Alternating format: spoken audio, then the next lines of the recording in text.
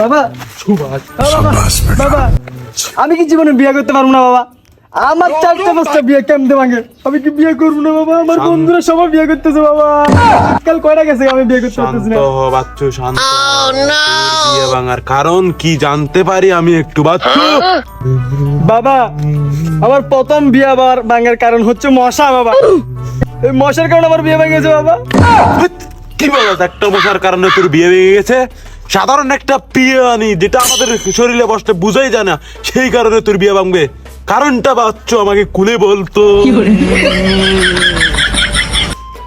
বাবা আমি চাইছিলাম মশা মারি মশার ঠ্যাং ভেঙে দেবো, কিন্তু মশা তো আমার বিয়েতে ভেঙে গেল বাবা। আরে বাচ্চু, একটা ছোট বিষয় নিয়ে এত লম্বা লম্বি করতেছিস কেন?